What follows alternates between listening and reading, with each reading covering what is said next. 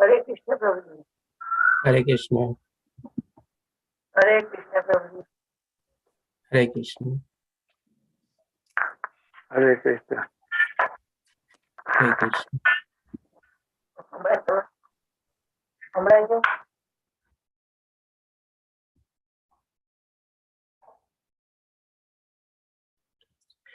चलो YouTube live બી શરૂ થઈ ગયું છે. હરે કૃષ્ણ સર્વેને. તો આજે આપણે શરૂ કરશું શ્રીમદ ભગવદ્ ગીતાનો છેલ્લો અધ્યાય 18મો અધ્યાય, એટલે કે આજે આપણી આ પૂર્ણાહુતિ થશે. જે આપણે આ ઓનલાઈન યજ્ઞ શરૂ કરેલું છે નમનિષ્ઠા દાસ પ્રભુજી લેવલ 1 નો આપણે 18મો અધ્યાય આપણે ભગવદ્ ગીતાનો આજે કરીને કમ્પ્લીટ કરશું. એટલે કે આમાં ઉપસાર સંન્યાસની સિદ્ધિ.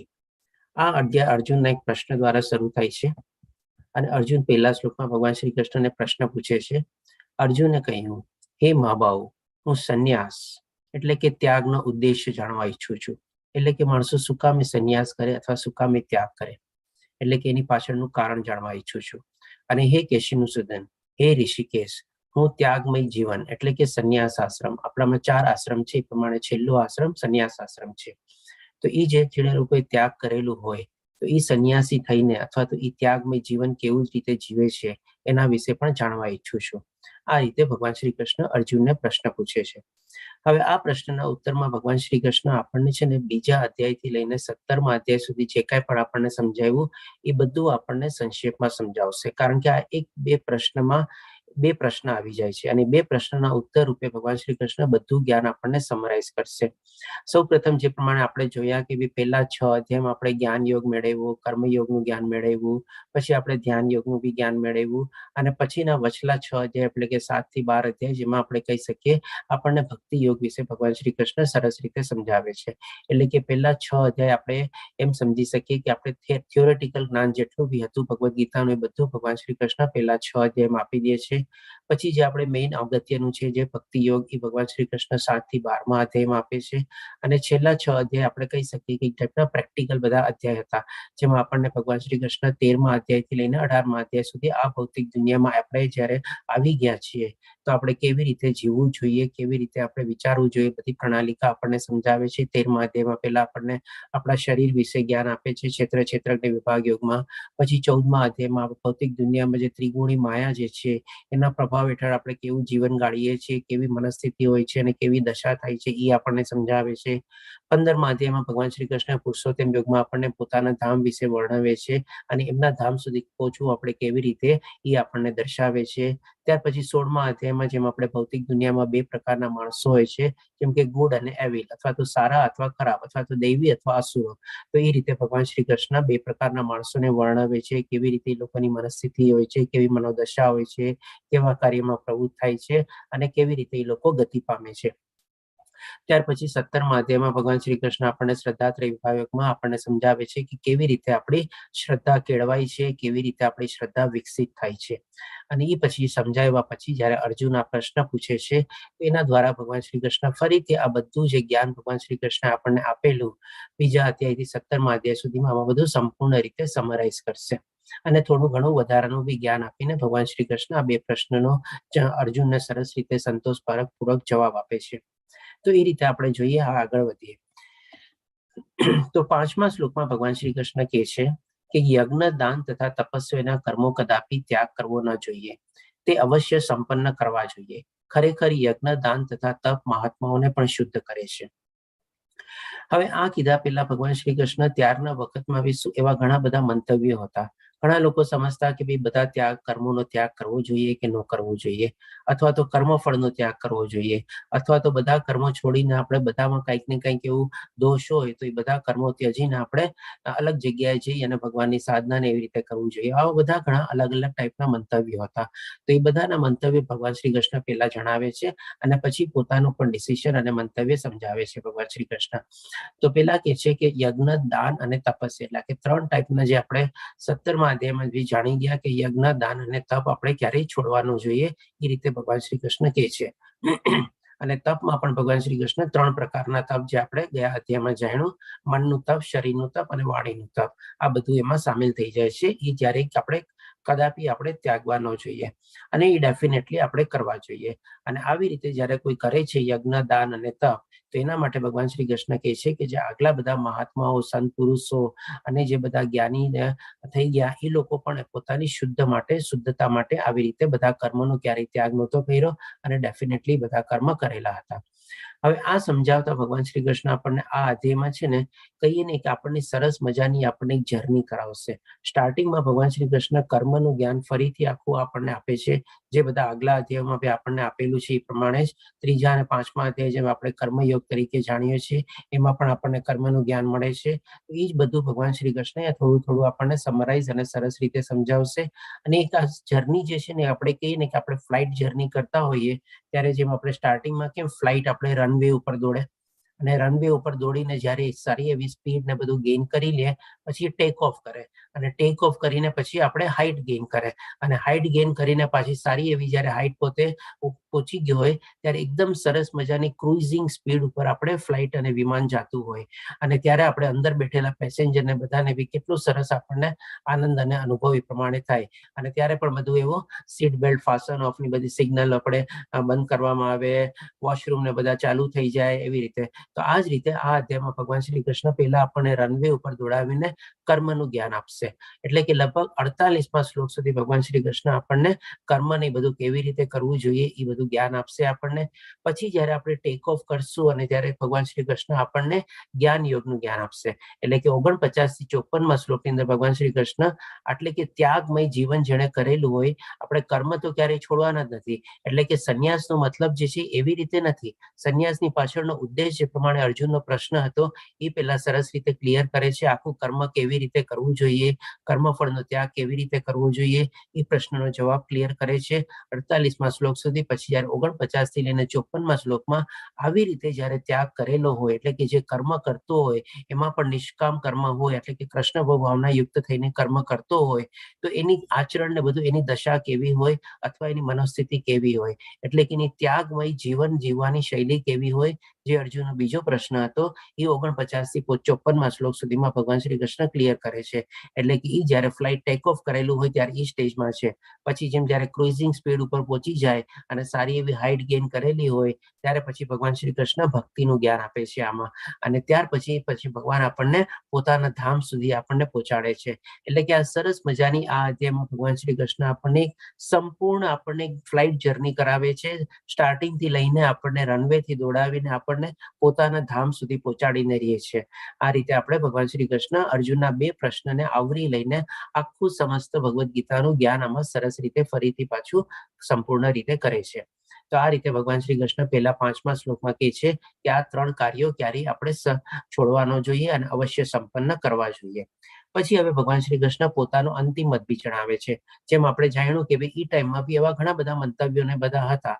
આજની તારીખમાં બી ઘણી બધા લોકોને એવું કન્ફ્યુઝન થાય છે કે ભગવદ્ ગીતામાં તો આપણને ભક્તિ જ કરવાનું કહે છે, તો શું આપણે બધા કાર્યો મૂકી દેવાના, ખાલી ભગવાનની ભક્તિ કરવાની?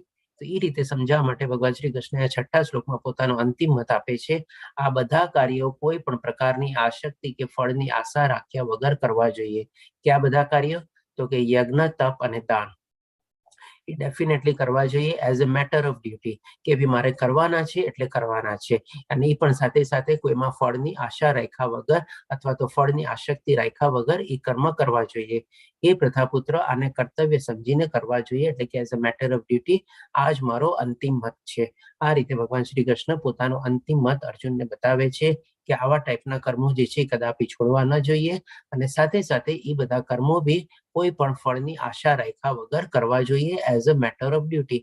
એવું નહીં કે ફળની આશા નથી એટલે કે ચાલો જેમ કરવાના છે આપણે કરી નાખીએ, એમ નહીં. સરસ રીતે એને સંપન્ન કરવા જોઈએ. આવી રીતે ભગવાન શ્રી કૃષ્ણ 5મા અને 6ઠા શ્લોકમાં પહેલા એને સમજાવે છે.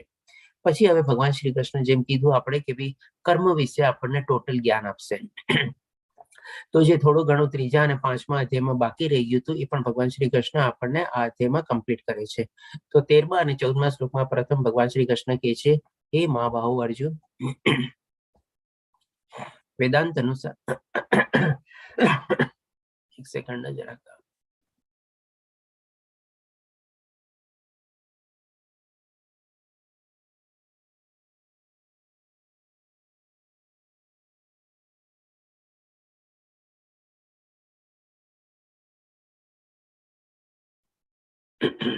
સોરી માફ કરજો.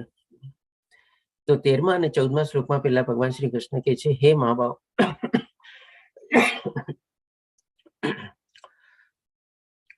હે મહાબાહુ અર્જુન, વેદાંત અનુસાર સર્વ કર્મોના સિદ્ધ માટે 5 કારણ છે હોય છે. તે તું મારી પાસેથી તે વિશે સાંભળ. કર્મનું સ્થાન શરીર, કર્તા, વિભિન્ન ઇન્દ્રિયો અને અનેક પ્રકારના પ્રયાસો અને અંતે પરમાત્મા. આ 5 કર્મના કારણ છે. તો સૌ પ્રથમ પહેલા ભગવાન શ્રી કૃષ્ણ આપણે જે કોઈ પણ કામ સંપન્ન અથવા શરૂ કરીએ અને પછી સંપન્ન કરીએ એ વચ્ચેની આપણે પરિસ્થિતિમાં ભગવાન શ્રી કૃષ્ણ 5 ચીજ બતાવે છે. એટલે કે એને 5 ટાઈપના કારણ બતાવે છે. ત્યારે જ જેને કોઈ કાર્ય શરૂ થાય છે અને પછી એ પ્રયાસો દ્વારા કોઈ કાર્ય સંપન્ન થાય છે. તો જે ભગવાન શ્રી કૃષ્ણ 5 ચીજો બતાવે છે એને આપણે એક એક કરીને લઈએ. સૌ પ્રથમ આપણે કર્મનું સ્થાન એટલે કે શરીર અથવા તો જગ્યા, અને કર્તા એટલે કે જે કર્મ કરતો હોય એ. પછી વિભિન્ન ઇન્દ્રિયો એટલે કે જે કર્તા અથવા જે કર્મ કરતો હોય એ પણ પોતાની અલગ અલગ ઇન્દ્રિયો બધી વાપરતો હોય. અને પછી પ્રયાસ એટલે કે એફર્ટ આપણે લગાડતો હોય. અને છેલ્લે ભગવાન શ્રી કૃષ્ણ છે પરમાત્મા. હવે આ ચીજને આપણે 2 દાખલા દ્વારા સમજી લઈએ. સૌ પ્રથમ જે પ્રમાણે આપણે માની લો અત્યારે આપણે ઓનલાઈન ક્લાસીસને બધા આપણે એટેન્ડ કરી રહ્યા છીએ. તો ડેફિનેટલી બધા આપણે પોતપોતાના એક એક જગ્યાએ સ્થાન ઉપર આપણે બેઠેલા છીએ અને એ પ્રમાણે આપણે સ્થાન ગ્રહણ કરીને આ પ્રમાણે બધું સાંભળીએ છીએ. અને હું જેમ કે અત્યારે બોલું છું, આપ ત્યાં સાંભળો છો, એટલે કે બધાનું પોતપોતાનું એક સ્થાન છે. બધા નો ડાઉટ આપણે વર્ચ્યુઅલી કનેક્ટેડ છે, પણ બધા પોતપોતાની જગ્યાએ તો અવસ્થિત છે. એવું નથી કે આપણે હવામાં જ બધા બેઠા છીએ, એવી રીતે નથી. બધા પોતપોતાના એક એક સ્થાન એક એક પ્લેસ ઉપર પોતે બેઠા છે. પછી કર્તા એટલે કે આજે હું જેમ કે બોલું છું તો હું કર્તા થઈ ગયો. એવી જ રીતે આપ બી જયારે સાંભળો છો ત્યારે આપ બી પ્રમાણે કરતા થઈ ગયા. એટલે કે બંને તરફની આપણે ટ્રાફિક છે, આપણે વન વે ટ્રાફિક જેવું ન હોય, નહીં તો એ કોઈ દી કમ્પ્લીટ થાય નહીં. પછી વિભિન્ન ઇન્દ્રિયો, જેમ કે આજે હું અત્યારે બોલું છું તો મારે જીભનો પ્રયોગ કરવો પડે, મારા હાથનો એટલે કે કંઈક ને કંઈક એવા હાથના જેસ્ચર્સ હોય, આંખેથી હું જેમ કે સ્લાઇડ વાંચતો હોઉં. એટલે કે આ બધી આપણે ઇન્દ્રિયો, આપણે જ્ઞાનેન્દ્રિયો અને કર્મેન્દ્રિયો બધાનો એમાં કંઈક ને કંઈક રીતે સમાવેશ થાય. આપ બી જયારે આપણે સાંભળો છો ત્યારે આપણે કાનની ઇન્દ્રિયોનો આપણો સમાવેશ થયો. આપની સમજ બી જયારે સ્લાઇડ આવે છે ત્યારે એને જોવો છો અને વાંચો છો, તો એ પ્રમાણે આપની પ્રમાણે ઇન્દ્રિયો એમાં ઇન્વોલ્વ થઈ. પછી અનેક પ્રકારના પ્રયાસો એટલે કે કંઈક ને કંઈક આપણે એફર્ટ આપવા પડે. આજે જેમ કે હું સ્ક્રીનની સામે બેસી જાઉં અને આપ બી સામે સ્ક્રીનની સામે બેસી જાઓ, તો શું આપણે ક્લાસીસ કન્ડક્ટ થઈ શકે? ડેફિનેટલી નોટ થઈ શકે. મારે કંઈક એફર્ટ આપવો પડે, જેમ કે હું બોલું છું અથવા હું સાંભળીને અથવા જોઈને જે પ્રમાણે સ્ક્રીન સામે આવે છે એને વાંચીને એ પ્રમાણે આપની સામે વ્યક્ત કરું છું અને એ પ્રમાણે પછી મારું ભાવાર્થ અથવા કે મંતવ્ય આપું છું, એ પ્રમાણે આપણે બોલું છું. એટલે કે મારા એફર્ટ છે. તો એવી જ રીતે આપના બી એફર્ટ છે. આપે બી ધ્યાનપૂર્વક ફોકસ લગાડીને, કન્સન્ટ્રેટ લગાડીને આપણે સરસ રીતે સાંભળવું હોય છે. કોઈ ઇયરફોન લગાડીને સાંભળતું હોય, કોઈ પોતાના એકાંત અલગ રૂમમાં જઈને સાંભળતું હોય. એટલે કે આપે બી કંઈક ને કંઈક એફર્ટ આપવા પડે છે, ત્યારે જ જઈને આપણું આ સંપન્ન થાય છે. અને ડેફિનેટલી અંતમાં એટલે કે પરમાત્મા, એટલે કે જો ભગવાનની મરજી ન હોય તો આપણે કંઈક ને કંઈક કારણસર આપણે અટકી જઈએ. અત્યારે જેમ કે મને થોડું ઘણું માની લો ગળામાં ઉધરસ ને આવી, ભગવાનની કૃપાથી ચાલુ થઈ ગયું, પણ માની લો એવું કંઈક થાય અને પછી મારો અવાજ જ રૂંઘાઈ જાય તો, એટલે કે એમની કૃપા ન હોય ત્યાં સુધી આપણે આગળ જ ન વધી શકીએ. આજે પણ માની લો આપ ગમે તેટલી ઈચ્છા ને બધું પ્રગટ કરો, પણ કંઈક એ ટાઈમમાં કોઈક એવો ટેકનોલોજી કે આપણે ઇન્ટરનેટનો ઇસ્યુ આવ્યો અને કનેક્ટ જ ન થાય, તો આપણી ગમે તેટલી ઈચ્છા હોય તો આપણે નથી કરી શકતા, આપણે એની સામે લાચાર થઈ જઈએ છીએ આપણે.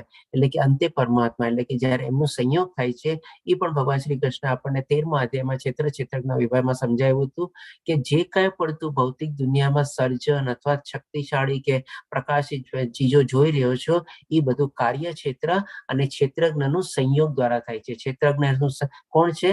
તો કે હવે આપણી રહેલો આત્મા જે છે એ આપણા શરીરને જાણકાર છે, અને એ બધા ક્ષેત્રજ્ઞનો જાણકાર ઉપર પરમાત્મા જે છે આપણે સર્વોપરી જ્ઞાતા તરીકે છે, એટલે કે એનું સંયોગ દ્વારા થાય છે. એ પણ અહીંયા ભગવાન શ્રી કૃષ્ણ લાસ્ટમાં આપણને કહે છે કે અંતે પરમાત્મા આ 5 કર્મના કારણ છે.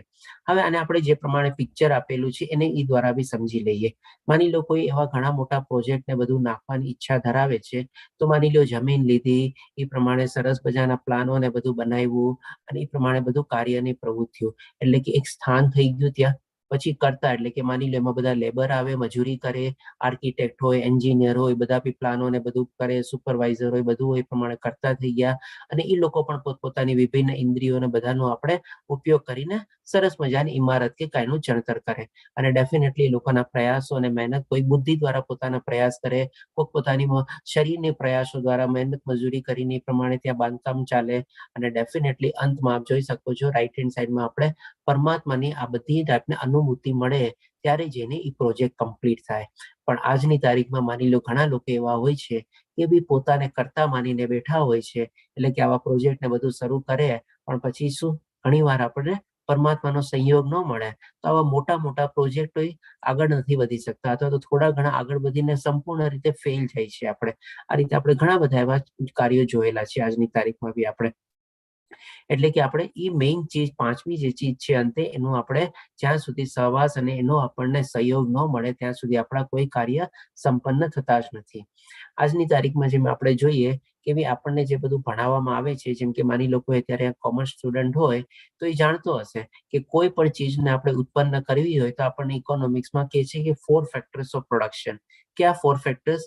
તો કે લેન્ડ, લેબર, કેપિટલ અને ઓર્ગેનાઇઝેશન. તો એ જ પ્રમાણે લેન્ડ એટલે માની લો સ્થાન થઈ ગયું, લેબર એટલે કે બધા પ્રયાસો નહીં થઈ ગયા, કરતા બી આવી ગયું, કેપિટલ એટલે કે પૂંજી ને બધું આવી ગયું, એ પણ પ્રયાસોમાં આવી ગયું, ઓર્ગેનાઇઝેશન એટલે કે બધું એને ઓર્ગેનાઇઝ કરતા હોય, બધું આપણે એ લોકો ભણાવે છે.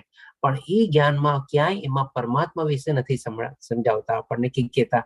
તો જ્યાં સુધી આપણે ભગવદ્ ગીતામાંથી જ્ઞાન મેળવીએ છીએ કે જ્યાં સુધી પરમાત્માનો સંયોગ ન થાય ત્યાં સુધી કોઈ કાર્ય સંપન્ન થવાના જ નથી આપણા. ગમે તેટલું આપણે મહેનત કરી લઈએ કે હાથ પગ ફેલાવી લઈએ, આ રીતે ભગવાન શ્રી કૃષ્ણ સમજાવે છે. પણ ડેફિનેટલી જે પ્રમાણે બધા લોકો અત્યારે સમજ્યા છે અને જે જ્ઞાન મળે છે એ લોકોને ચોપડા ભૌતિક દુનિયાનું જ્ઞાન, એટલે કે એ પ્રમાણે જે ડિગ્રી હાસિલ કરે છે, એટલે કે પોતાને શું સમજી લે છે, ક્યારેક કોઈ કાર્ય સંપન્ન થયું હોય તો પોતાને કરતા માની બેસે છે. તો એ જ ભગવાન શ્રી કૃષ્ણ પછી આપણને આગલા શ્લોકમાં કહે છે કે માટે જે મનુષ્ય આ 5 કારણોનો વિચાર કર્યા વિના માત્ર પોતાને જ એક માત્ર કરતા માને છે તે નિસંદેહ બુદ્ધિમાન નથી અને વસ્તુને યથાર્થ રૂપે જોઈ શકતો નથી.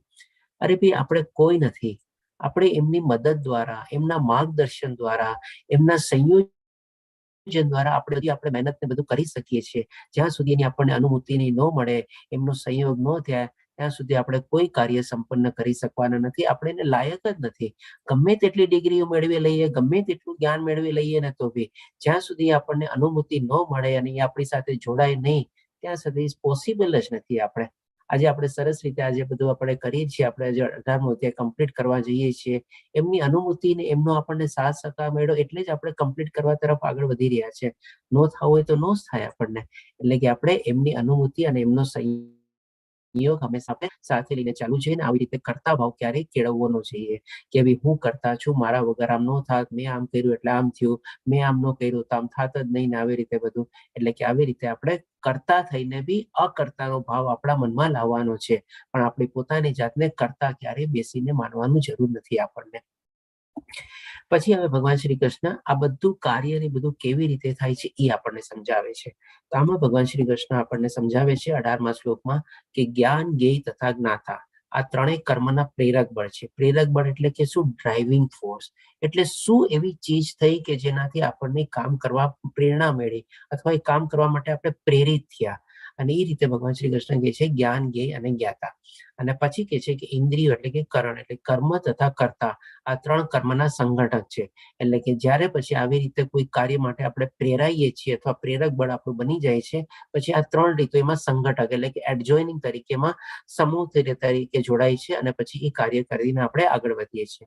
હવે આને સમજવા માટે આપણે દાખલો લઈએ કે માની લો આપણને કોઈક જગ્યાએ જવાની ઈચ્છા થઈ હોય, કે માની લો આપણે કોઈ જગ્યાએ બહાર ફરવા જવું છે અને આપણે જ્યારે બહાર ફરવા જવું હોય ત્યારે આપણે શું પહેલા એ જગ્યા વિશે આપણે જ્ઞાન મેળવીએ. એ જગ્યા આપણે જ્યાં રહીએ છીએ ત્યાંથી કેટલું દૂર છે, કેવી રીતે જવાશે, શું કોસ્ટ લાગશે, ત્યાં રહેવાશે કેવી રીતે, ત્યાં ફરવાના સ્થળ શું છે, અથવા કોઈ ધાર્મિક સ્થળે જવું હોય તો ત્યાં આપણે કઈ કઈ જગ્યાએ ક્યાં ક્યાં દર્શન ને બધું કરવાનું છે, કઈ કઈ જગ્યાએ આપણે પ્રવાસ કરવાનો છે, બધું આપણે જ્ઞાન મેળવીએ. હવે બધાનું લક્ષ્ય શું હોય કે ભાઈ આપણે જ્ઞેય એટલે કે એનું લક્ષ્ય એટલે કે એ આપણી જે ઈચ્છા અંદર જે થઈ એ જ્ઞાન મેળવીને આપણે એને પ્રોત્સાહિત અથવા આગળ વધારવા માટે આપણે આ જ્ઞાન મેળવીએ છીએ. હવે જ્ઞાતા એટલે કે જે માણસ આ બધું જ્ઞાન અથવા એ લક્ષ્ય ધ્યાનમાં રાખીને જ્ઞાન મેળવવાની કોશિશ કરતો હોય એ થઈ ગયો જ્ઞાતા. એટલે કે આ રીતે ત્રણ ચીજ જે છે ભગવાન શ્રી કૃષ્ણ કહે છે ત્રણ કર્મના પ્રેરક બળ છે. એટલે કે માની લો કોઈ જગ્યાએ ગયા પહેલા આપણે આ રીતે બધું જ્ઞાન, જ્ઞેય અને જ્ઞાતા આવી રીતે પોતે બન્યા. હવે આપણે ડિસાઈડ કરી લીધું કે ચાલો બધી ઇન્ફોર્મેશન ને બધું આપણે મેળવી લીધેલું છે, હવે આપણે આગળ વધવું છે. એટલે પછી આપણે શું ઇન્દ્રિયો કરણ એટલે પછી આપણે શું અલગ અલગ કાર્યમાં પ્રવૃત્ત થઈએ કે ભાઈ ચાલો આખો પ્લાન બનાવ્યો, આપણે પ્લાન બનાવીને આપણે ટિકિટ બુક કરાવી, ફ્લાઇટ ટિકિટ હોય, ટ્રેન ટિકિટ હોય, બધું બુક કરાવી, ત્યાં કોઈ આપણે હોટલ બુકિંગ હોય એ બધું કરાવ્યું. પછી કર્મ એટલે કે આવી રીતે બધા અલગ અલગ કર્મોમાં આપણે પ્રવૃત્ત થયા અને ત્યાં ગયા પછી આપણે પણ જે બધી એક્ટિવિટીઝ કરવાની હોય એ બધી આપણે એક્ટિવિટીઝ કરી. અને પછી કરતા એટલે કે ડેફિનેટલી આપણે જે પોતે ગયા હોય અને બધા લોકોને લઈ ગયા હોય એવી રીતે કે ફેમિલી કે કોઈની સાથે, તો એ બધા એમાં કરતા તરીકે થઈ ગયા કે ભાઈ સરસ મજાનો એ લોકોએ પ્રવાસનું આયોજન કર્યું અને પ્રવાસ બધા લોકો એટલે પોતે એક્ટર તરીકે આપણે બધો એ પ્રવાસની બધાનું આપણે ભોગવ્યું અને અથવા તો એન્જોય કર્યું એવી રીતે. તો આ રીતે ભગવાન શ્રી કૃષ્ણ કહે છે ત્રણ કર્મના સંગઠક થાય છે. એટલે કે આ ત્રણ આપણે એડજોઇનિંગ ફેક્ટર થઈ ગયા અને જે બેઝિક ફેક્ટર એટલે કે જે ડ્રાઇવિંગ ફોર્સ છે એ જ્ઞાન, જ્ઞેય અને જ્ઞાતા છે. આ રીતે ભગવાન શ્રી કૃષ્ણ વર્ણવે છે. હવે આના પછી ભગવાન શ્રી કૃષ્ણ 39મા શ્લોક સુધી બધી જે 6 ચીજ જે છે એને 3 ભાગમાં ડિવાઈડ કરીને સમજાવે છે. પેલા જ્ઞાન વિશે કહે છે, પછી બુદ્ધિ વિશે કહે છે, પછી કર્તા અને કર્મ વિશે કહે છે અને પછી ધૃતિ અને આપણે સુખ વિશે કહે છે. એટલે કે ધૃતિ એટલે કે ડિટર્મિનેશન અને સુખ એટલે કે આ બધું આપણને સંપન્ન કરીએ ત્યારે કેવા પ્રકારનું સુખ નહીં મળે છે. આ 6 ચીજને ભગવાન શ્રી કૃષ્ણ 39મા શ્લોક સુધી એકો એક ચીજને 3 ગુણમાં ડિવાઈડ કરે છે. એટલે કે સતોગુણ, રજોગુણ અને તમોગુણ. એટલે કે જ્ઞાન બી કેવું, સતોગુણી જ્ઞાન, રજોગુણી જ્ઞાન, તમોગુણી જ્ઞાન, એવી રીતે બુદ્ધિ, એવી રીતે કર્તા, એવી રીતે કર્મ, એવી રીતે ધૃતિ અને એવી રીતે પછી આપણે સુખ. એટલે કે આ બધી ચીજોને ભગવાન શ્રી કૃષ્ણ એવી રીતે વર્ણવે છે. પછી ભગવાન શ્રી કૃષ્ણ ત્યાં આપણને 39મા શ્લોક સુધી સમજાવે છે. પછી 41મા શ્લોક ભગવાન જરા ગડબડ લાગે છે.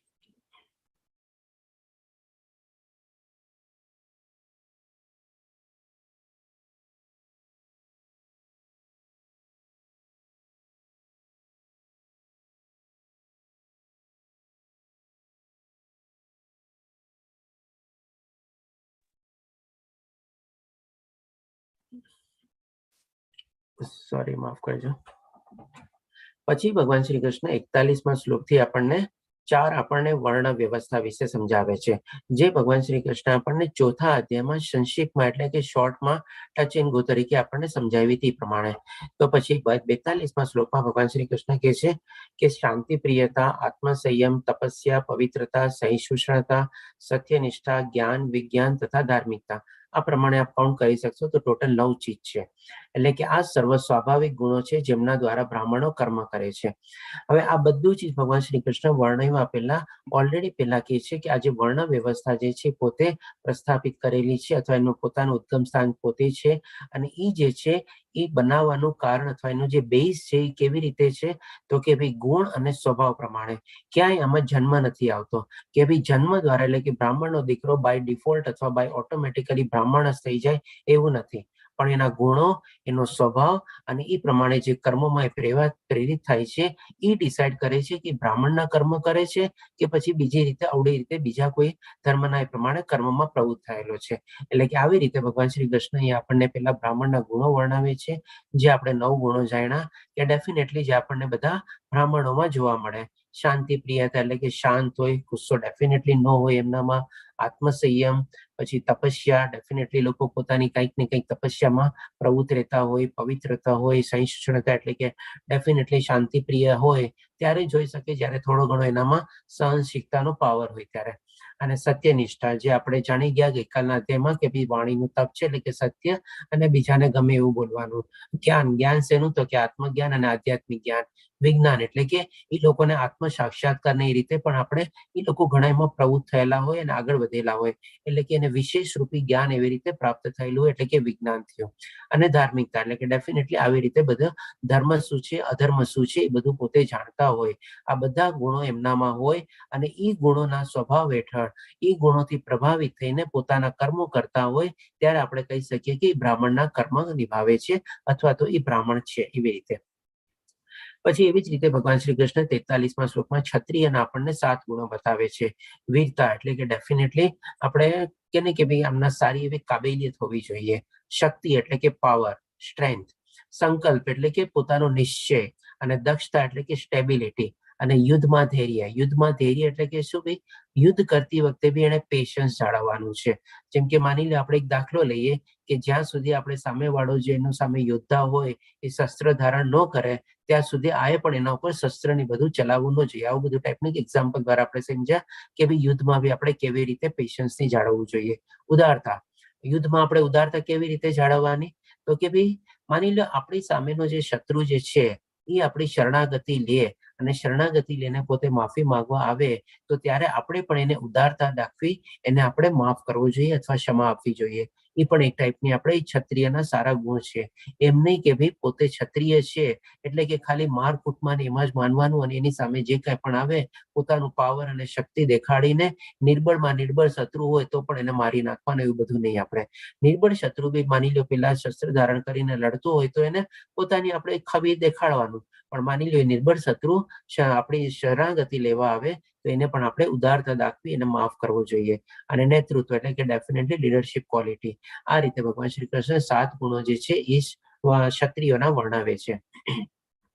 ત્યાર પછી ભગવાન શ્રી કૃષ્ણ આપણને શુદ્ર અને વૈશ્યના ગુણો વર્ણવે છે તો એ બી આપણે જોઈએ. તો ભગવાન શ્રી કૃષ્ણ કહે છે કે ખેતી, ગૌરક્ષા અને વેપાર એ વૈશ્યોના સ્વાભાવિક કર્મ છે.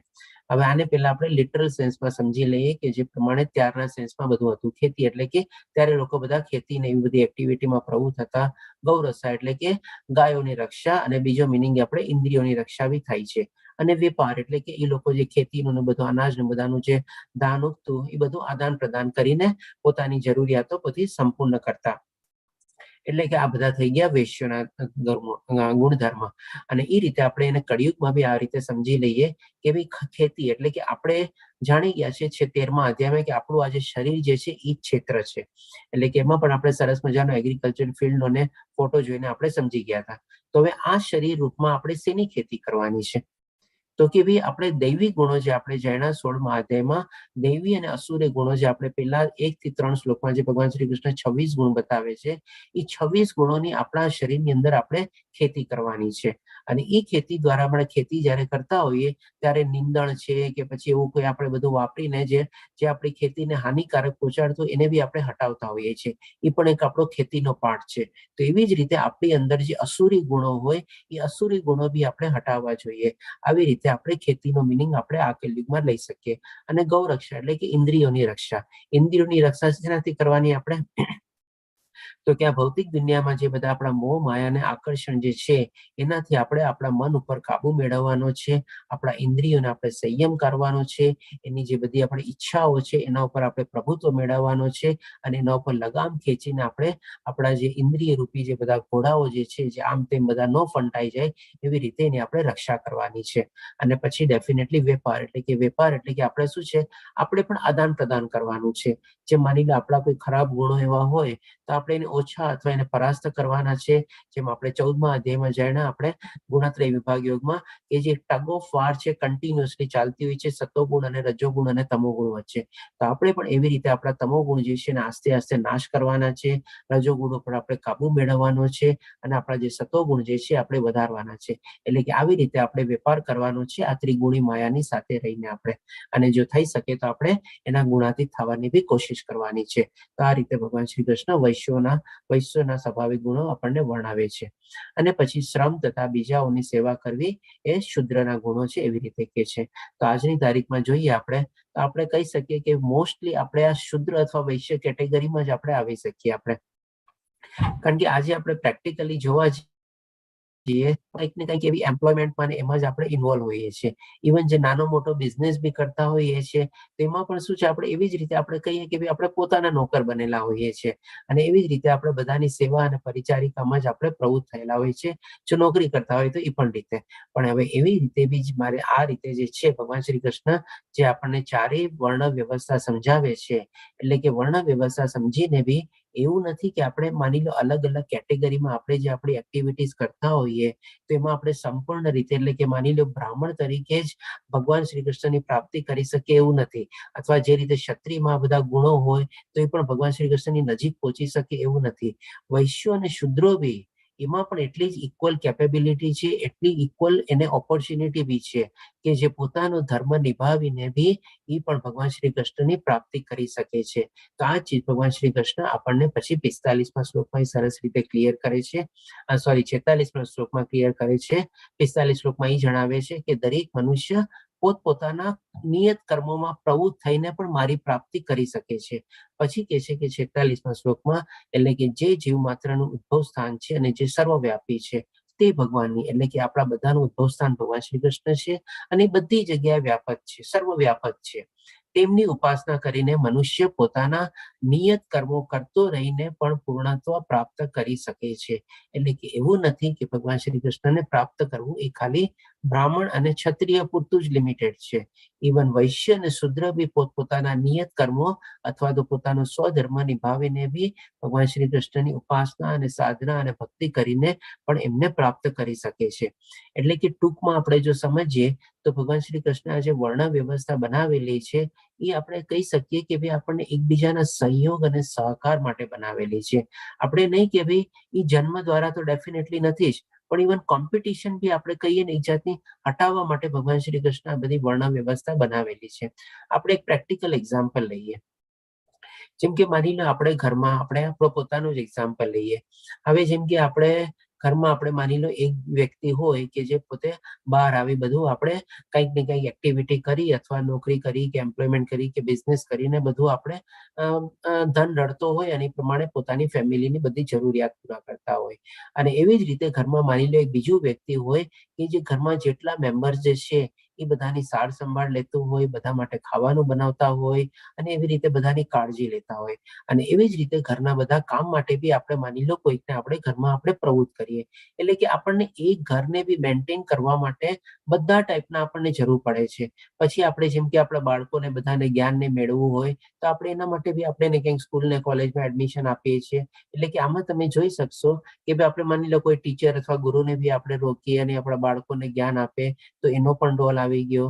આપણે માની લો આપણે ક્ષત્રિય તરીકે જે બ્રેડ અર્નર હોય અથવા જે મેઇન વ્યક્તિ હોય એ આવી રીતે અલગ અલગ કાર્યો કરીને પોતાનું ફેમિલીનું ભરણ પોષણ કરતો હોય. ફેમિલીમાં જે બીજા આપણે બધા માટે ખાવાનું બનાવે, બધાની કાળજી રાખે, બધાના ટાઈમ સંભાળે, જે ઘણીવાર આપણે 24/7 જોબ તરીકે જોઈએ છીએ તો એના વગર બી આપણને ચાલે નહીં. અને લાસ્ટમાં જેમ આપણે ઘરમાં બી આપણે કોઈ એવા નોકર કે એવા કોઈ રાખેલા હોય તો એ પણ બધા પોતપોતાનું પ્રમાણે કાર્ય કરતા હોય. હવે આમાં કોઈ ઊંચું નીચું કે એના જેવું નથી થતું. બધાનું એક એક સ્પેસિફિક પાર્ટ, સ્પેસિફિક રોલ આપણે એસાઇન કરેલો છે અને એ પ્રમાણે બધા પોતપોતાનું કાર્ય કરે છે અને સરસ રીતે આખી જે વર્ણ વ્યવસ્થા પ્રમાણે સરસ મજાનો પરિવાર ચાલે છે. પરિવારથી જ આપણે સમાજ ચાલે છે, સમાજથી જ રાષ્ટ્ર ચાલે છે, રાષ્ટ્રથી જ એવી રીતે બધી આપણે આ સૃષ્ટિને બધાનું આપણે આયોજન થાય છે. તો એવી જ રીતે આપણે દરેકે દરેકનો જે ભાગ આપણે સ્પેસિફાય કરેલો છે એ પ્રમાણે જ પોતપોતાનો રોલ કરીને ખાલી એમાં પોતે કૃષ્ણભય ભાવના યુક્ત થઈને બધા કર્મો કરવાના છે, એટલે કે પોતે નિષ્કામ કર્મ એમાં એ ભાવ લાવવાનો છે. તો એવી રીતે કરતા રહીને પણ એ ભગવાન શ્રી કૃષ્ણની પ્રાપ્તિ કરી શકે છે. એ રીતે ભગવાન શ્રી કૃષ્ણનો અહીંયા કહેવાનો મતલબ છે કે પોતાના નિયત કર્મો કરતો રહીને પણ પૂર્ણત્વ એટલે કે પરમાત્માને પ્રાપ્ત, પૂર્ણ તત્વ એટલે કે ભગવાન શ્રી કૃષ્ણ જ પૂર્ણ તત્વ છે. એટલે કે એ રીતે પૂર્ણ પુરુષોત્તમ પરમેશ્વરને પ્રાપ્ત કરી શકે છે પોતપોતાના નિયત કર્મો અથવા પોતપોતાના સ્વધર્મ અથવા પોતપોતાના ગુણ અને સ્વભાવ પ્રમાણે જે કર્મો પોતે આચરેલું હોય એને કરીને. આ રીતે ભગવાન શ્રી કૃષ્ણ આપણને સમજાવે છે.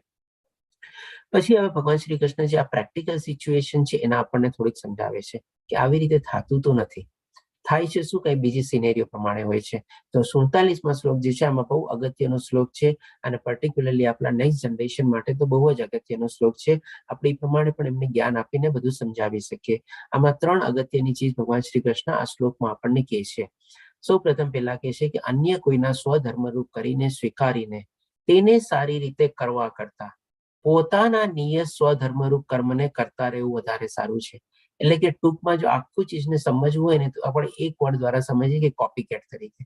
આજે ઘણા લોકો એવા હોય છે કે ભાઈ માની લો આપણે દાખલો લઈએ એ પ્રમાણે કે ઘરમાં એવી બધી પ્રવૃત્તિઓમાં હોય કે ભાઈ બધા માટે ખાવાનું બનાવે, કાળજી રાખે, બધાના સમય રાખે. હવે એને એમ થાય કે ભાઈ હું આ બધું કામ કરું છું, આમાં મારી તો કઈ વેલ્યુ થતી નથી, મારી કઈ ગણના થતી નથી, અને ઓલી ખાલી આટલું જઈને આ કામ કરે છે અને આટલા પૈસા કમાવી લાવે છે એને આટલા એક ગણના થાય છે. એટલે કે શું, કમ્પેરિઝન તરત શરૂ થઈ જાય. એક ટાઈપની ઈર્ષ્યા ભાવને બધું આપણે તરત થઈ જાય. આપણે પછી શું વિચારે કે ચાલો હું પણ જઈને બહાર કામ કરું તો આપણે, એટલે કે શું છે, એકબીજાને કોપી કરવાનું આવી જાય. તો એ જ રીતે ભગવાન શ્રી કૃષ્ણ કહે છે અહીંયા કે પોતાના સ્વધર્મ રૂપને કર્મને સ્વીકારીને, એટલે કે ભાઈ પોતે જેના માટે બનેલા છે, પોતાની જે લાયકાત છે, પોતાની જે આવડત છે, પોતાની જે કાબિલિયત છે એમાં સારી રીતે પોતે વિશ્વાસ રાખવો જોઈએ. એમ નહીં કે એને આપણે તુચ્છ ગણવાનું, એને આપણે કે એને ઇન્ફિરિયર ગણવાનું અથવા તો એને કઈ ઇમ્પોર્ટન્સ નથી એવી રીતે નહીં કરવા કરતા પોતાના નિયત સ્વધર્મ રૂપને કર્મ કરતા રહેવું વધારે સારું છે. એટલે કે એને જ આપણે સ્ટીક કરીને પોતે કરવું જોઈએ. એમ નહીં કે ભાઈ સામેવાળો જઈને આવી રીતે આમ કરે છે તો હવે હું પણ એમ કરું. હવે એનો દ્રષ્ટાંત રૂપે જે અહીંયા પિક્ચર આપેલું છે, આપણે પિક્ચરને બી સમજીએ તો પણ આપણને કદાચ વધારે ક્લિયર થઈ જશે. માની લો આવી રીતે એક માણસ છે અને એક ઝાડ છે અહીંયા. હવે બધા પ્રાણીઓને બોલાવે છે અને બધા પ્રાણીઓ વચ્ચે કોમ્પિટિશન રાખે છે કે ભાઈ જે પેલા ઝાડ ઉપર ચડી જશે એ જીતી જશે. તો હવે તમે મને કહો, આ બધા જ અલગ અલગ ટાઈપના પ્રાણીઓ છે, બધા પ્રાણીઓ શું ઝાડ ઉપર ચડી શકવાના છે? બધા કોઈ ચડી બી નહીં શકતું હશે ને કોઈ ચડી શકતું હશે તો બી એને વાર લાગતી હશે અથવા તો ઉપર સુધી બી નહીં પહોંચી શકે. જેમ કે આપણે એક્ઝામ્પલ લઈએ કાગડાથી. કાગડો તો શું છે, ફટાક દઈને ઉડીને જેવો જે બોયલો નથી તરત જઈને ઉપરની એકદમ ડાળીમાં જઈને બેસી જશે. હવે વાંદરાને બી માની લો એ પણ ચડી શકશે, પણ એને કદાચ હોય શકે કાગડા કરતા થોડો વધારે સમય લાગે. અને આ બિચારું પેંગ્વિન, એ તો ક્યાંય ચડી જ નહીં શકે, થોડું થોડું જઈને માની લો મૂળિયા સુધી જશે કે એક બે પગલા આગળ વધારે થઈ ગયું. અને હાથી એક પગ ઉપર નહીં ચડાવી શકે, કારણ કે એ પોતે બધા અલગ અલગ માટે છે. એની બિચારી માછલી, એ તો પાણીમાંથી બહાર નીકળશે ને તરત જ એનું મૃત્યુ થઈ જશે, ઝાડ સુધી પહોંચી બી નહીં શકે આપણે. એવી જ રીતે બીજા બધા પ્રાણીઓનો બી એક્ઝામ્પલ છે. પણ આ બધા શું, એનો મતલબ એમ તો નથી કે આનામાં કોઈ બીજી ઝાડમાં ચડી ન શક્યા તો બીજી કોઈ કાબેલિયત નથી. આજે જેમ કે હાથી, એ શેના માટે છે? તો કે ભાઈ મોટા મોટા એવા ઝાડને આખું ઉપાડીને બીજી જગ્યાએ મૂકી શકે એટલું એનામાં શક્તિ નહીં બધું હોઈ શકે, ઝાડના લાકડા નહીં. પણ એ ઝાડમાં ચડવા માટે લાયક નથી આપણે, એનામાં એવી લાયકાત નથી, એટલે કે એ બીજા કામ માટે છે. અને કાગડો ડેફિનેટલી ઉડીને ડાળ ઉપર પહોંચી જાય એ અલગ માટે છે. વાંદરો એવી રીતે પહોંચી શકે એ અલગ માટે છે. ત્યારે પેંગ્વિનનું પાછું બીજું અલગ હોય. એવી રીતે માછલી પાણીમાં જ રહેવા માટે છે, નહીં તરવા માટે છે. આજે હાથીને તમે કહો પાણીમાં તરે તો એ તરી શકવાનું છે? Definitely not. ઇવન કાગડાને કહો પાણીમાં તું તરીને દેખાડ તો તરી શકવાનું છે? Definitely not. એટલે કે દરેકે દરેક મનુષ્ય છે ને પોતાના કામ માટે એક સરસ રીતે પોતે નિયુક્ત થયેલો હોય છે, અથવા એના માટે કાબિલિયત અને લાયકાત અથવા લક્ષણો હોય છે. એટલે કે એના ઉપર જ એને પોતે કરવું જોઈએ.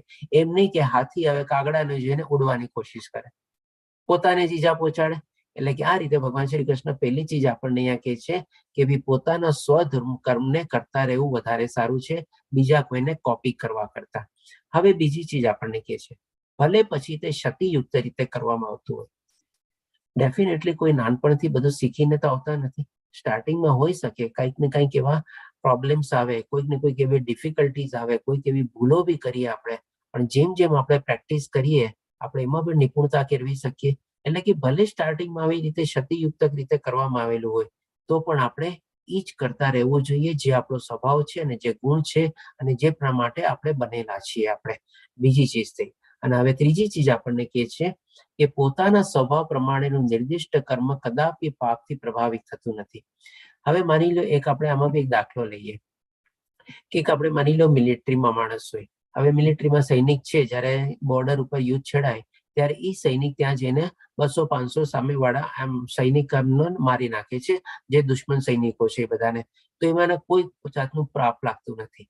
એટલે કે કારણ કે એનો સ્વધર્મ છે. આના જ હિસાબમાં જયારે આપણે ભગવાન શ્રી કૃષ્ણ આપણને બીજા અધ્યાયમાં સ્વધર્મ સમજાવતા હતા ત્યારે પણ આપણે આ જ રીતે આવો એક્ઝામ્પલ લીધેલો હતો કે પોતાનું જો સ્વધર્મ નિભાવતા એ ગમે તે જે કાર્ય કરે છે એ કોઈ કાર્યથી પોતે બંધાતો નથી. અને એવું કોઈ કાર્ય હોય જે પાપ લાગે એવું બધા માનતા હોય તો એ પાપથી પણ એમાં પ્રભાવિત થતો નથી.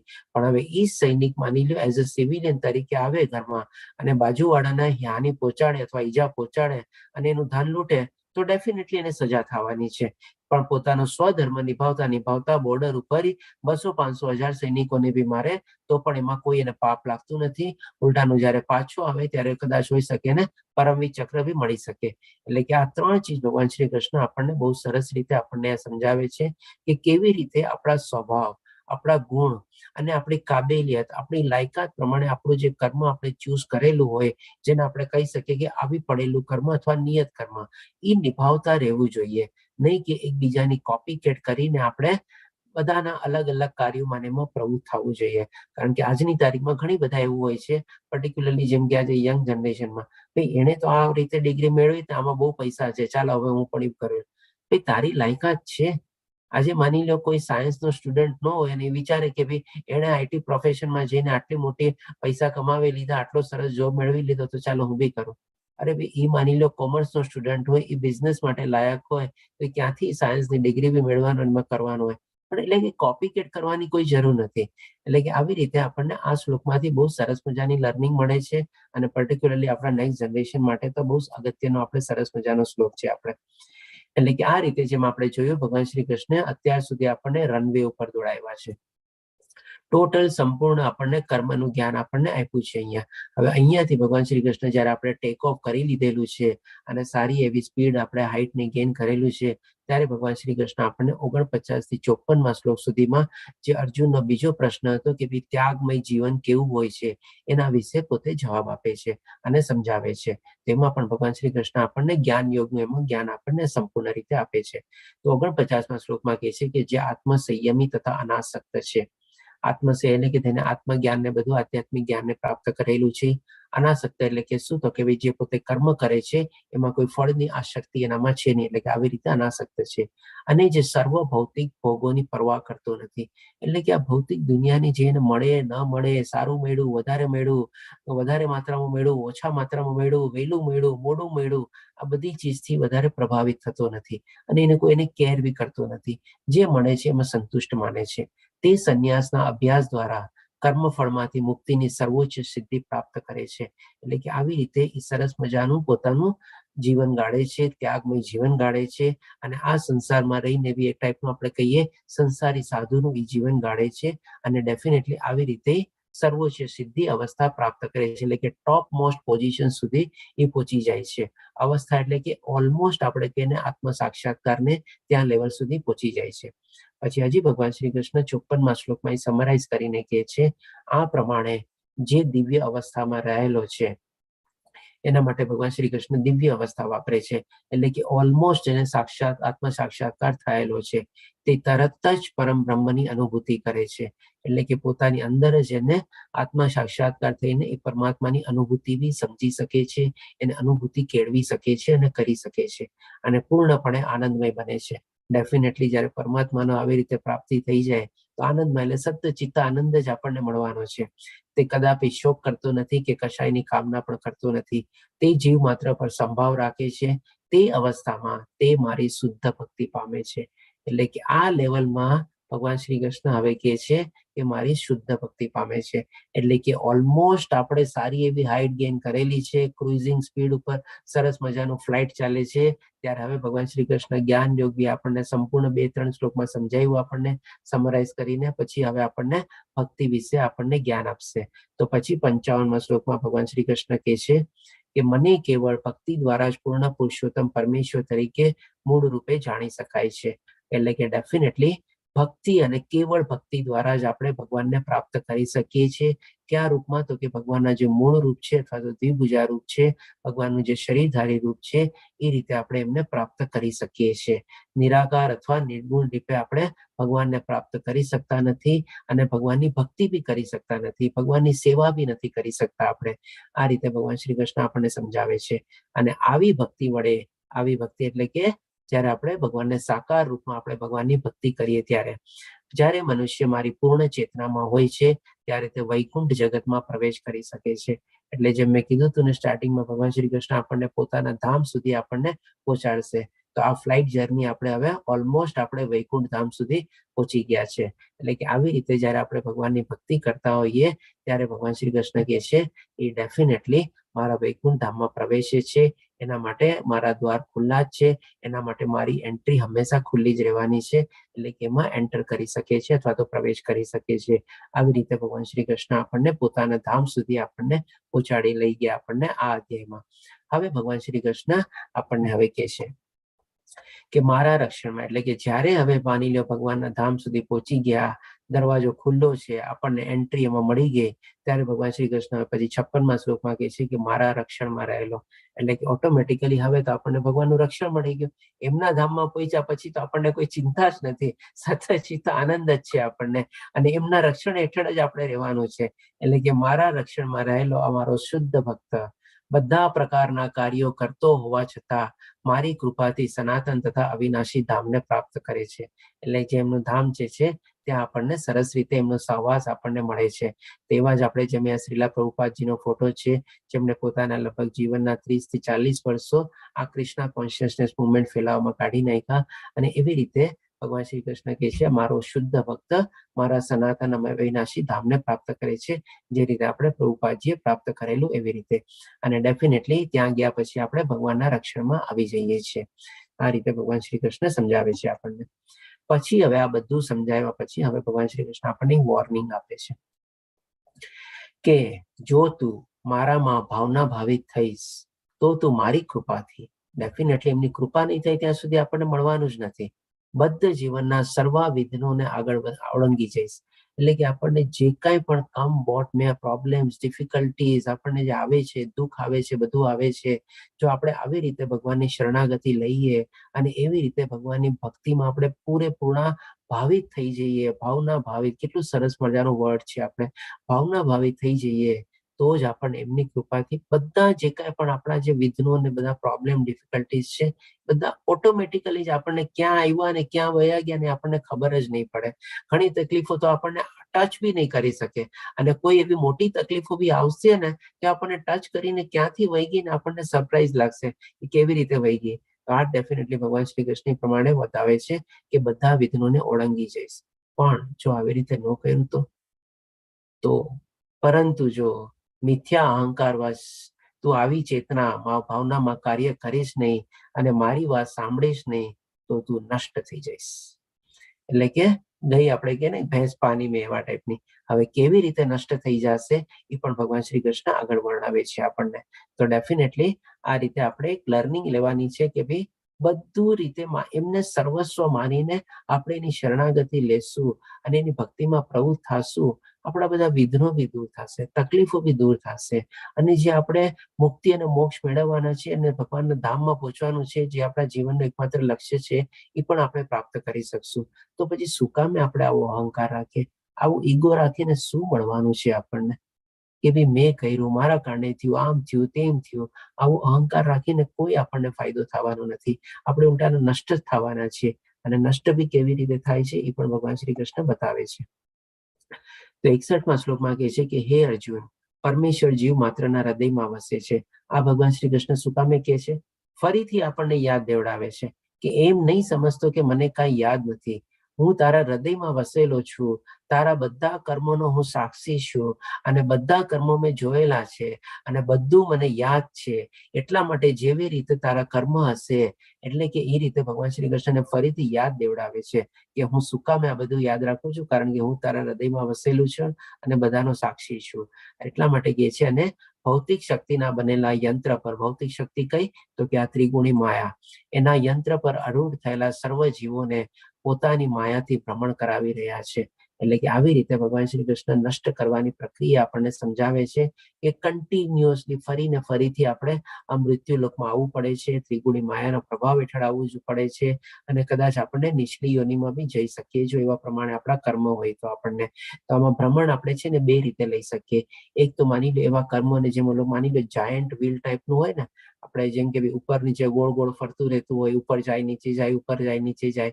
એટલે કે માની લો આવી રીતે આપણે ભગવાનની ભક્તિમાં પ્રવૃત્ત ન થઈએ, ભગવાનમાં આપણે એવી શ્રદ્ધા અને આસ્થા ન ધરાવીએ, તો એવી રીતે ભગવાન શ્રી કૃષ્ણ કહે છે એના કર્મોની ગતિ પ્રમાણે જેવા અહીંયાથી પ્રસ્થાન નથી કર્યું, આપણે રિટર્ન ટિકિટ પ્રમાણે આપણે જેમ ગોળ ગોળ ફરી રાખે એવી રીતે ફરીથી પાછું અહીંયા આવવાનું છે, મૃત્યુલોકમાં ફરીથી આપણે આવવાનું છે. એટલે એ રીતે ભ્રમણ કરીએ છીએ. અને બીજી રીતે કેવી રીતે ભ્રમણ કરીએ છીએ? તો કે જ્યારે આપણા ભૌતિક દુનિયામાં આવી જઈએ છીએ ત્યારે ત્રિગુણી માયાના પાછા પાસામાં આપણે ફસાઈ જઈએ છીએ, અને એમાં પણ આપણે ભ્રમણ કરતા રહીએ છીએ. તો એને સમજવા માટે બી આપણે જે માની લો આપણા ઘરમાં મિક્સી હોય અથવા ગ્રાઇન્ડર હોય, તેમાં પણ શું છે 3 બ્લેડ હોય. તમે જોજો એ 3 બ્લેડ જયારે આપણે બટન દબાવીએ ગોળ ગોળ ફરે અને એની અંદર જે કાંઈ પણ નાખ્યું હોય બધું પીસાઈ જાય. તો આપણે પણ જયારે ફરીથી પાછા અહીંયા આવીએ છીએ એ ત્રિગુણી માયામાં આપણે કન્ટિન્યુઅસલી ચક્કર ખાતા રહીએ છીએ, એમાં પીસાતા રહીએ છીએ, અને એવી રીતે આપણે ભ્રમણ કરતા રહીએ છીએ. એટલે કે બંને ટાઈપનું આપણું ભ્રમણ થાય છે. એક આપણે ઉપર નીચેનું ભ્રમણ બી થાય છે, અને નીચે આવ્યા પછી ગોળ ગોળ ફરતું બી ભ્રમણ થાય છે. આવી રીતે ભગવાન શ્રી કૃષ્ણ કહે છે એ નષ્ટ થાય છે. એટલે કે આપણે નષ્ટ કરવાની પ્રક્રિયા બી ભગવાન શ્રી કૃષ્ણ આપણને અહીંયા વર્ણવે છે. એટલે પછી હવે 62મા શ્લોકમાં કહે છે કે હે ભારત, સર્વથા સંપૂર્ણપણે તેમના શરણે જા. એટલે કે આ બધાથી બચવું હોય તો એમના શરણે જવું પડશે, એમની શરણાગતિ લેવી પડશે. તેમની કૃપાથી તું પરમ શાંતિ તથા સર્વોપરી સનાતન ધામ પ્રાપ્ત કરીશ. ડેફિનેટલી જયારે આપણી શરણાગતિ બી સ્વીકારાઈ જશે અને એવી ભક્તિમાં આપણે પ્રવૃત્ત થઈ ગયા છો, આપણી ભક્તિ બી એટલી શુદ્ધ હશે અથવા તો અનન્ય ભક્તિ હશે, તો આપણા ઉપર ડેફિનેટલી એમની કૃપા થવાની જ છે. અને એમની જયારે કૃપા થશે ત્યારે આપણને પરમ શાંતિ એટલે કે અલ્ટિમેટ હેપીનેસ, અલ્ટિમેટ પીસ આપણને મળશે, અને એ પ્રાપ્ત કરીને આપણે ભગવાનના સનાતન ધામમાં આપણે પહોંચી શકશું, જ્યાં આપણને મુક્તિ અને મોક્ષ મળશે અને એમના સવાસ આપણે ભોગવી શકશું. પછી હવે ભગવાન શ્રી કૃષ્ણ 63મા શ્લોકમાં સમરાઈઝ કરે છે, એટલે કે પોતાના હસ્તાક્ષર મૂકે છે. એટલે કે આ પ્રમાણે મેં તને ગુહ્યતમ જ્ઞાન વિશે સમજૂતી આપી છે, આ વિશે પૂરું મનન કર અને પછી તારી જેવી ઈચ્છા હોય તેમ કર. આ પણ છે ને સરસ મજાના ગુરુના લક્ષણ છે કે પોતે જે કાંઈ પણ જ્ઞાન આપવું હોય એને સંપૂર્ણ રીતે પ્રદાન કરી દે, અને પછી શિષ્યને કે ભાઈ મેં મારા હિસાબે બધું જ્ઞાન ને બધું આપી દીધું, હવે તો એનું મનન કર અથવા એનાલિસિસ કર અને ચિંતન કર, અને પછી જેવી તારી ઈચ્છા. એટલે કે કોઈ જાતનું ફોર્સ નહીં, કોઈ જાતનું કમ્પલ્સન નહીં, કોઈ જાતનું બાઇન્ડિંગ નહીં કે મેં તને જ્ઞાન આપ્યું છે એટલે હવે તારે આમ કરવું જ પડશે, એવી રીતે નહીં. હજી તું તારું ચિંતન કર, તારું મનન કર, તારે જે કરવું હોય તારે કર, એ રીતે. તો આ રીતે ભગવાન શ્રી કૃષ્ણ અહીંયા પોતાનું જે જ્ઞાન આપવાનું જે છે એ અર્જુન સમક્ષ પોતે સંપૂર્ણ કરે છે, વ્યક્ત કરે છે. અને હવે પછીના જે શ્લોકો આવે છે એ અર્જુનના મારફત દ્વારા આપણને કહે છે ભગવાન શ્રી કૃષ્ણ. એ બી જોઈએ આપણે. તો 65મા શ્લોકમાં કહે છે, અને આ શ્લોક જે આપણે આના પહેલા બી જોયો હતો કે 9મા અધ્યાયનો 34મો શ્લોક છે, ઓલમોસ્ટ રિપીટ શ્લોક છે આપણે, કે સદૈવ મારું ચિંતન કર, મારો ભક્ત થા, મારી પૂજા કર અને મને નમસ્કાર કર. 4 ચીજ આપણને વર્ણવે છે. કન્ટિન્યુઅસલી એમનું ચિંતન કરવાનું છે, આપણે એમની ભક્તિ કરવાની છે, એમની પૂજા કરવાની છે, અને ડેફિનેટલી એમને થેન્ક્સ માનવાનું છે અથવા એમને નમસ્કાર કરવાના છે. આ પ્રમાણે તું નિશંકપણે મારી પાસે આવીશ, હું તને આનું વચન આપું છું, કારણ કે તું મારો વાલો મિત્ર છે. એટલે અર્જુનના મારફત દ્વારા ભગવાન શ્રી કૃષ્ણ આપણને આ સંદેશો આપે છે, અથવા તો આપણી પાસે આ મેસેજ મોકલાવે છે. એમાં સાથે સાથે ભગવાન શ્રી કૃષ્ણ વચન બી આપે છે, એટલે કે પ્રોમિઝરી નોટ લખીને આપે છે કે જો આવી રીતે જો તું કરીશ તો ડેફિનેટલી તું મારી પાસે આવીશ, એટલે કે મારા ધામમાં તું રહી શકીશ અને મારો સહવાસ ભોગવી શકીશ, એટલે કે પછી મુક્તિ અને મોક્ષ આપણને પ્રાપ્ત થઈ શકે. આ રીતે ભગવાન શ્રી કૃષ્ણ આપણને કહે છે અહીંયા.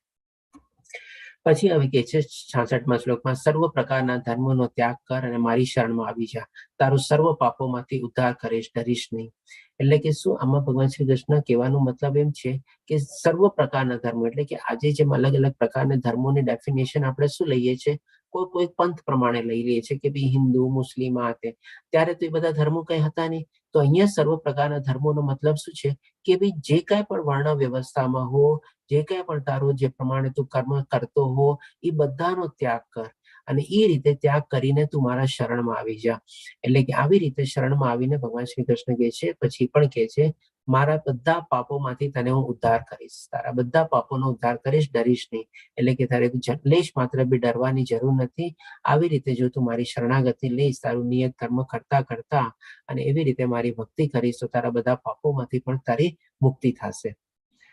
પછી ભગવાન શ્રી કૃષ્ણ 67મા શ્લોકમાં કહે છે કે જે મનુષ્ય સંયમી નથી, નિષ્ઠાવાન નથી તથા ભક્તિમાં પરોવાયેલા નથી, તેમને માટે આ ગુહ્ય જ્ઞાન આપવું નહીં, વળી મારો દ્વેષ કરનારને પણ તે આપવું નહીં. એટલે કે અહીંયા ભગવાન શ્રી કૃષ્ણ ફરીથી એક આપણને રેડ સિગ્નલ મોકલાવે છે કે માની લ્યો આ બધું જે જ્ઞાન જે છે સરસ મજાનું ભગવાન શ્રી કૃષ્ણના મુખેથી નીકળેલું જે છે ભગવદ્ ગીતાનું જે જ્ઞાન જે છે એ કોને આપવું અને કોને ન આપવું એ વિશે આપણને એક કહે છે કે ભાઈ ઘણા લોકો એવા હોય છે સંયમી નથી. સંયમી નથી એટલે કે શું, પોતાના ઇન્દ્રિયો ઉપર છે ને સંયમ મેળવતા નથી. એમાં બધી રીતે સંયમ આવી જાય, બોલવા ઉપર આવી જાય, એના ચાલચલન ઉપર આવી જાય. એટલે કે માની લો પોતે ખરાબ વાણીનો ઉપયોગ કરતા હોય કે કઈ એવી રીતે હોય, એટલે કે કોઈ રીતે એવી રીતે સંયમ જાણતા નથી. નિષ્ઠાવાન, નિષ્ઠા એટલે કે શું, એ લોકોની જે આપણે કહીએ ને કે ભાઈ ચાલવા કરવાની જે બધી આપણે પ્રક્રિયા ને બધું હોય, જીવન આચરણની જે પ્રક્રિયા હોય, એમાં એક સ્ટેબલ ન હોય. ક્યારેક આમ તો આમ બોલે, ક્યારેક કોઈ આમ કીધું તો આમ બોલે, એટલે કે નિષ્ઠાવાન નથી. એટલે કે એ રીતે પોતે સ્ટેબલ નથી લાઈફમાં. એટલે કે જેમ આપણે કોઈ વાળે એ પ્રમાણે વળી જાય, કોઈ સારું બોલે તો સારું બોલે, કોઈ ખરાબ બોલે તો ખરાબ બોલે, એવી રીતે. અને તથા ભક્તિમાં પરોવાયેલા નથી, એટલે કે ભગવાનની ભક્તિમાં બી પ્રમાણે માનતો નથી. એના માટે ભગવાન શ્રી કૃષ્ણ કહે છે જો આવી રીતે 3 ટાઈપનો કોઈ વ્યક્તિ હોય તો એને આ જે ગુહ્ય જ્ઞાન જે છે, ભગવદ્ ગીતાનું જ્ઞાન જે છે એ આપવું નહીં. અને પછી કહે છે કે દ્વેષ કરનારો એટલે કે જે ઈર્ષા કરતો હોય એને પણ આ જ્ઞાન આપવું નહીં. એટલે કે 4 ચીજ ભગવાન શ્રી કૃષ્ણ આપણને વર્ણવે છે.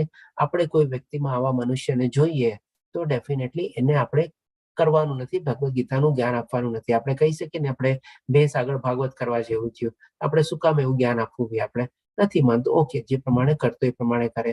જે ભગવાન શ્રી કૃષ્ણ આપણને 4થા અધ્યાયમાં બી, સોરી 5મો અધ્યાય કર્મયોગમાં બી આપણને એક શ્લોક દ્વારા સમજાવ્યું હતું કે કોઈને પણ આપણે એવી રીતે નથી કહેવાનું કે ભાઈ તું આ કામ મૂકીને આ કામ કર, પણ આસ્તે આસ્તે આસ્તે આપણે એને એ રીતે સમજાવવાની કોશિશ કરવાનો છે કે જેથી કરીને પોતાની લાઈફમાં એવો કોઈ ટર્ન લે આપણે. એટલે કે એક સાથે આપણે થોપી નથી શકવાના કોઈના ઉપર. પછી ભગવાન શ્રી કૃષ્ણ 68 અને 69માં શ્લોકમાં કહે છે એટલે કે જે મનુષ્ય ભક્તોને આ પરમ રહસ્ય બતાવે છે, એટલે કે માની લો જે આ જ્ઞાનનો પ્રચાર કરે છે, અથવા તો ડેફિનેટલી આ ગુહ્ય જ્ઞાન છે એટલા માટે એને રહસ્ય તરીકે ભગવાન શ્રી કૃષ્ણ બતાવે છે, તે શુદ્ધ ભક્તિ પ્રાપ્ત કરે છે. એટલે કે જે કોઈ પણ આવી જ્ઞાન ફેલાવવાની મુવમેન્ટમાં અથવા જ્ઞાનના પ્રચાર કરવાની મુવમેન્ટમાં છે એ લોકો શુદ્ધ ભક્તિ પ્રાપ્ત કરે છે. તેવી જ રીતે જેમ અહીંયા શ્રીલા પ્રભુપાદજીનો આપણે ફોટો છે, કન્ટિન્યુઅસલી કેટલાય વર્ષો સુધી હમણાં કૃષ્ણ કોન્શિયસનેસ મુવમેન્ટ ફેલાવેલી હતી. એટલે એ રીતે આપણે કહી શકીએ કે સરસ મજાના શુદ્ધ ભક્ત હતા અને ભગવાનના ધામમાં પહોંચેલા છે, શુદ્ધ ભક્તિ પ્રાપ્ત કરે છે અને અંતે તે મારી પાસે આવશે. એમાં લેશ માત્ર શંકાને સ્થાન નથી. એટલે કે વિધાઉટ એની ડાઉટ કન્ફ્યુઝન ભગવાન શ્રી કૃષ્ણ કહે છે કે જે લોકો આ મુવમેન્ટ ફેલાવવામાં પોતાનું યોગદાન અને સહયોગ આપે છે અને જે બીજા બધાને બતાવે છે આ જ્ઞાન, એ પોતાના ધામમાં પહોંચી જાય છે, ભગવાનના ધામમાં પહોંચી જાય છે. એમાં કોઈ જાતનો કોઈ ડાઉટ કે કન્ફ્યુઝન કાંઈ નથી. આ પછી સાથે સાથે હજી એક આપણે કહે ને મેરિટ સર્ટિફિકેટ જેવું આપે છે ભગવાન શ્રી કૃષ્ણ. એટલે કે આ જગતમાં તેના કરતા અન્ય કોઈ સેવક અને વધારે પ્રિય નથી, મને વધારે પ્રિય નથી અને કદી વધારે પ્રિય થશે પણ નહીં. એટલે કે જે રીતે આ લોકો આપણી કોઈ કૃષ્ણ કોન્શિયસનેસ મુવમેન્ટ ફેલાવવામાં પોતાની યોગદાન અને આપતો હોય અને આ જે ભગવાન શ્રી કૃષ્ણનું જે ગુહ્ય જ્ઞાન છે બીજાને આપણે પીરસતા હોય, એના માટે ભગવાન શ્રી કૃષ્ણ કહે છે કે એ મારો પ્રિય ભક્ત છે અને પ્રિય સેવક છે અને એના કરતા વધારે પ્રિય કોઈ થશે પણ નહીં. આનાથી વધારે મેરિટ સર્ટિફિકેટ આપણને ક્યું જોવે, જ્યારે ભગવાન શ્રી કૃષ્ણ પોતે આપણને આવું સરસ મજાનું મેરિટ સર્ટિફિકેટ આપતા હોય તો. હવે ભગવાન શ્રી કૃષ્ણ આ બધા માટે બી એક સર્ટિફિકેટ આપે છે. તો 17મા શ્લોકમાં કહે છે કે અને એનું હું જાહેર કરું છું કે જે મનુષ્ય આપણા સંવાદનું અધ્યયન કરે છે તે પોતાની બુદ્ધિથી મારી પૂજા કરે છે. એટલે કે ડેફિનેટલી આ ભગવદ્ ગીતાનું જે અધ્યયન કરતા હોય અથવા એમના જે સંવાદ રૂપી જે ભગવદ્ ગીતા જે છે એમનું અધ્યયન કરતા હોય એ પણ ભગવાન શ્રી કૃષ્ણ કહે છે બુદ્ધિ એટલે કે એક ટાઈપનું જ્ઞાન મેળવવાની કોશિશ કરે છે, તો એને પણ ભગવાન શ્રી કૃષ્ણ પોતાની પૂજા તરીકે વર્ણવે છે. પછી હવે જે આપણે શ્રવણ કરતા હોય અથવા જે સાંભળતા હોય, એટલે કે આ બધા જે આપણે તે સાંભળો છો, આપના માટે બી એક સરસ મજાનું ભગવાન શ્રી કૃષ્ણ સર્ટિફિકેટ આપે છે. તો 71મા શ્લોકમાં કહે છે કે અને જે મનુષ્ય શ્રદ્ધાપૂર્વક તથા દ્વેષ રહિત થઈને આ સાંભળે છે તે સર્વ પાપમાંથી મુક્ત થાય છે. Definitely congratulation to all of you. બધા પોતપોતાના પાપમાંથી મુક્ત આપણે થઈ જઈએ છીએ અને તેવા શુભ લોકોને પ્રાપ્ત કરે છે.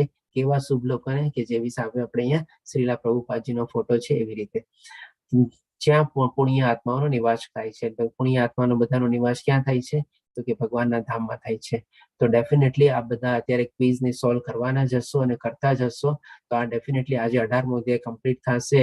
તો જેવી ક્વિઝ સોલ્વ કરશો આપણને લેવલ 1 નું સર્ટિફિકેટ ઓટો જનરેટ થઈ જશે અને એ સર્ટિફિકેટની પહેલા ભગવાન શ્રી કૃષ્ણ આપણને અહીંયા આ ટાઈપનું સર્ટિફિકેટ આપી દે છે.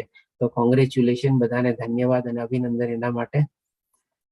પછી હવે 73મા શ્લોકમાં અર્જુન કહે છે, એટલે કે ભગવાન શ્રી કૃષ્ણે તો પોતાના હસ્તાક્ષર મૂકી દીધા હતા, હવે અર્જુન બી પોતાના હસ્તાક્ષર તરીકે કહે છે 73મા શ્લોકમાં.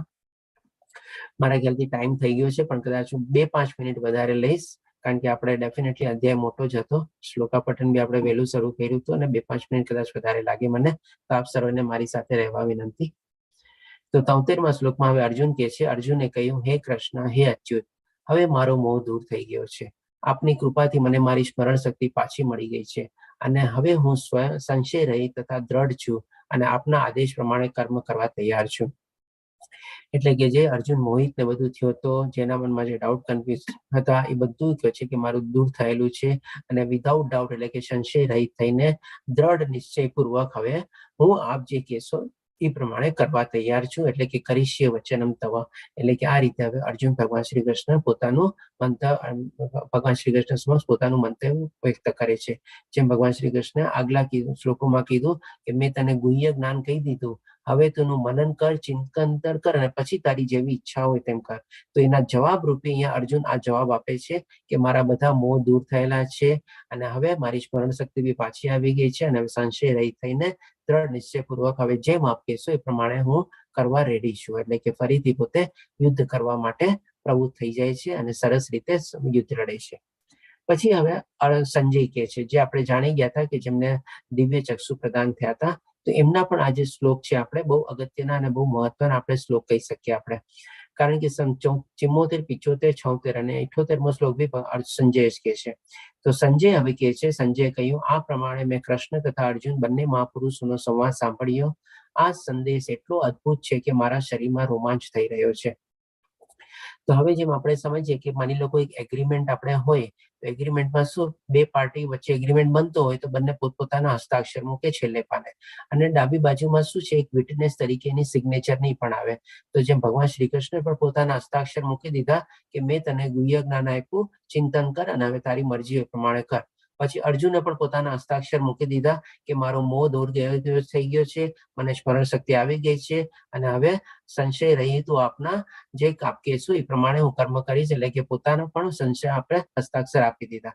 હવે બાજુ વિટનેસના બી આપણે જોઈએ કે જે વ્યાસ મુનિના કૃપા દ્વારા સંજયને દિવ્ય ચક્ષુ પ્રદાન થયા હતા અને એ ત્યાં હસ્તિનાપુર બેઠા બેઠા આખા ભગવદ્ ગીતાનો સંવાદ સાંભળે છે અને એને અનુભવે બી છે અને એ પ્રમાણે ધૃતરાષ્ટ્ર મહારાજને વર્ણવે છે. તો એના પણ હસ્તાક્ષર રૂપે આપણે જોઈએ આ 3 શ્લોકો જે પ્રમાણે પેલા કહે છે કે આ પ્રમાણે, એટલે કે મેં સંવાદ સાંભળ્યો, એટલે કે પોતે એઝ અ વિટનેસ તરીકે એગ્રી કરે છે અને પોતાની ફિલિંગ્સ બી બતાવે છે કે મારા શરીરમાં રોમાંચ ઉભો થઈ રહ્યો છે. પછી કહે છે કે વ્યાસદેવની કૃપાથી મેં આ પરમ ગુહ્ય સંવાદ પ્રત્યક્ષપણે યોગેશ્વર કૃષ્ણના મુખેથી અર્જુનને કહેવાતો આવતો સાંભળ્યો છે. એટલે કે એને કેવી રીતે એને સાંભળ્યું એનું પણ આપણે એવિડન્સ આપે છે. જેમ આપણે માની લો આજે વિટનેસ તરીકે એને પણ શું છે, લખવું પડે બધું, એનું સન ઓફ કોણ છે, એની ઉંમર શું છે, એનું એડ્રેસ શું છે, એનું આઈડેન્ટિફિકેશન પ્રૂફ આપવું પડે, પેન કાર્ડ અથવા આધાર કાર્ડ ને બધું મેન્શન કરવું પડે. તો એવી જ રીતે સંજય પણ અહીંયા બધું મેન્શન કરે છે કે વ્યાસદેવની કૃપાથી મને દિવ્ય ચક્ષુ મળ્યા હતા, એટલા માટે મેં આ સંવાદ સાંભળેલો છે અને એ પણ ભગવાન શ્રી કૃષ્ણના મુખેથી નીકળેલો છે અથવા તો કહેવામાં આવેલો છે. કોને? તો કે અર્જુનને. એટલે કે સંપૂર્ણ રીતે બધું એવિડન્સ તરીકે પોતે ત્યાં વર્ણવે છે. પછી કે છે, હે રાજા, જ્યારે હું કૃષ્ણ તથા અર્જુન વચ્ચે થયેલા આ અદ્ભુત તથા પવિત્ર સંવાદનું વારંવાર સ્મરણ કરું છું ત્યારે પ્રતિ ક્ષણે હર્ષ વિભોર થઈ જાઉં છું. એટલે કે પોતાની ફિલિંગ્સ બી સાથે સાથે અહીંયા એડ કરે છે. અને પછી હવે અંતિમ શ્લોકમાં કહે છે 78મા શ્લોકમાં કે જ્યાં યોગેશ્વર કૃષ્ણ છે અને જ્યાં ધનુધર અર્જુન છે ત્યાં ઐશ્વર્ય, વિજય, અસાધારણ શક્તિ તેમજ નીતિ પણ નિશ્ચિતપણે રહે છે એવો મારો મત છે. એટલે કે ડાયરેક્ટલી ઇનડાયરેક્ટલી ધૃતરાષ્ટ્ર મહારાજને કહી દે છે કે ભાઈ કૌરવોનું તો હાર નિશ્ચિત છે અને પાંડવોની જીત પણ નિશ્ચિત છે. શું કામે? તો કે ભાઈ જ્યાં ભગવાન શ્રી કૃષ્ણ છે અને જ્યાં અર્જુન છે, જ્યાં ધર્મ છે, જ્યાં નીતિ છે, ત્યાં અસાધારણ શક્તિ બી છે અને ત્યાં જે પ્રમાણે બધું ઐશ્વર્ય હોવાના કારણે વિજય ને બધું ત્યાં જ રહેવાનું છે. આવી રીતે ધૃતરાષ્ટ્રને પોતાનો મત બી પ્રમાણે જણાવી દે છે. આ રીતે આપણો 18મો અધ્યાય અહીંયા કમ્પ્લીટ થાય છે. વાંચાકલ્પતરુભ્યશ્ચ કૃપા સિંધુ એવ ચ પતિતાનાં પાવનભ્યો વૈષ્ણવયો નમઃ નમઃ. હરે કૃષ્ણ કૃષ્ણ કૃષ્ણ હરે હરે, હરે રામ રામ રામ હરે હરે. તો આ રીતે આપણે લેવલ 1 નો જે શ્રીમદ ભગવદ્ ગીતાનો નમનિષ્ઠા દાસ પ્રભુજી દ્વારા જે આપણે આયોજન થયેલું છે ઓનલાઈન ક્લાસીસના, આપણે અહીંયા યજ્ઞ સંપન્ન કર્યો. તો એ રીતે આપણે ભગવાન શ્રી કૃષ્ણની કૃપાથી, શ્રીલા પ્રભુપાદના આશીર્વાદથી ઓમ તત્સત અને નમનિષ્ઠા દાસ પ્રભુજીના આયોજન અને માર્ગદર્શન હેઠળ આપણે આ સંપૂર્ણ કર્યો યજ્ઞ. અને જો મારી કોઈ પણ ભૂલ થઈ ગઈ હોય અથવા કોઈ મારી ક્ષતિ હોય અથવા કોઈ આપણને કોઈ કન્ફ્યુઝન હોય અથવા કોઈ આપણા પ્રશ્નોનો સંતોષકારક જવાબ ન મેળવ્યો હોય તો હું ભગવાન શ્રી કૃષ્ણની, શ્રીલા પ્રભુપાદની અને નમનિષ્ઠા દાસ પ્રભુજીની બી માફી માંગુ છું અને આપ સર્વની પણ માફી ચાહું છું કે જો મારી એવી કોઈ ભૂલ થઈ ગઈ હોય તો મને માફ કરો. અને એ રીતે આપણે અહીંયા સંપન્ન કરીએ છીએ. અને હરે કૃષ્ણ પ્રભુજી, હરે કૃષ્ણ. ધન્યવાદ દીપ્તિ માતાજીને, ધન્યવાદ આપણે રાજેન્દ્ર પ્રભુજીને, ધન્યવાદ આપણે આશા માતાજીને, ધન્યવાદ વનિતા માતાજીને જેમણે મને કૃષ્ણ પ્રભુજી મદદ કરી. હરે કૃષ્ણ માતાજી, ધન્યવાદ. તમે અમને સેવા કરવાનું ભગવાન પ્રભુજી, ભગવાનની કૃપા છે. તમે સારું વ્યસન કરાવી દીધું છે પ્રભુજી. ધન્યવાદ, સારી કૃપા. અને ધન્યવાદ આપણે રિપીટરને હર્ષા માતાજી, લલિત પ્રભુજી, મોક્ષ માતાજી, નિષ્ઠા માતાજી, ચિંતન પ્રભુજી, દયાલાલ પ્રભુજી, આ બધા હર્ષા માતાજી, આ બધાને રિપીટર તરીકે બી ધન્યવાદ. કારણ કે જેટલા રિપીટરને હું જોઉં છું એટલું મારો આત્મબળ ઓર વધે છે, મને ઓર હિંમત મળે છે. તો ખૂબ ખૂબ ધન્યવાદ આપ સૌને બી. પ્રભુજી અમને આનંદ થઈ જાય છે. હું તો સાંજે કરું છું, અત્યારે ભાગવતમ કરું, સાંજે કરું છું, પણ બીજા અધ્યાયથી જોડાણો તમારી સાથે, તો આમને આમ કન્ટિન્યુ ચાલી ગયું. સરસ, કૃષ્ણ કૃપા અને તમારા આશીર્વાદ. બસ એમની કૃપાથી જ બધું થાય છે આપણે. તો જો કોઈ પ્રશ્ન હોય તો બી આપણે પ્રશ્ન લઈ શકીએ છીએ. અને તેજસ પ્રભુજીને બી ધન્યવાદ, જે આપણે એડમિન સેવા બહુ સરસ રીતે આપી રહ્યા છે. હરે કૃષ્ણ તેજસ પ્રભુજી, ધન્યવાદ તેજસ પ્રભુજી.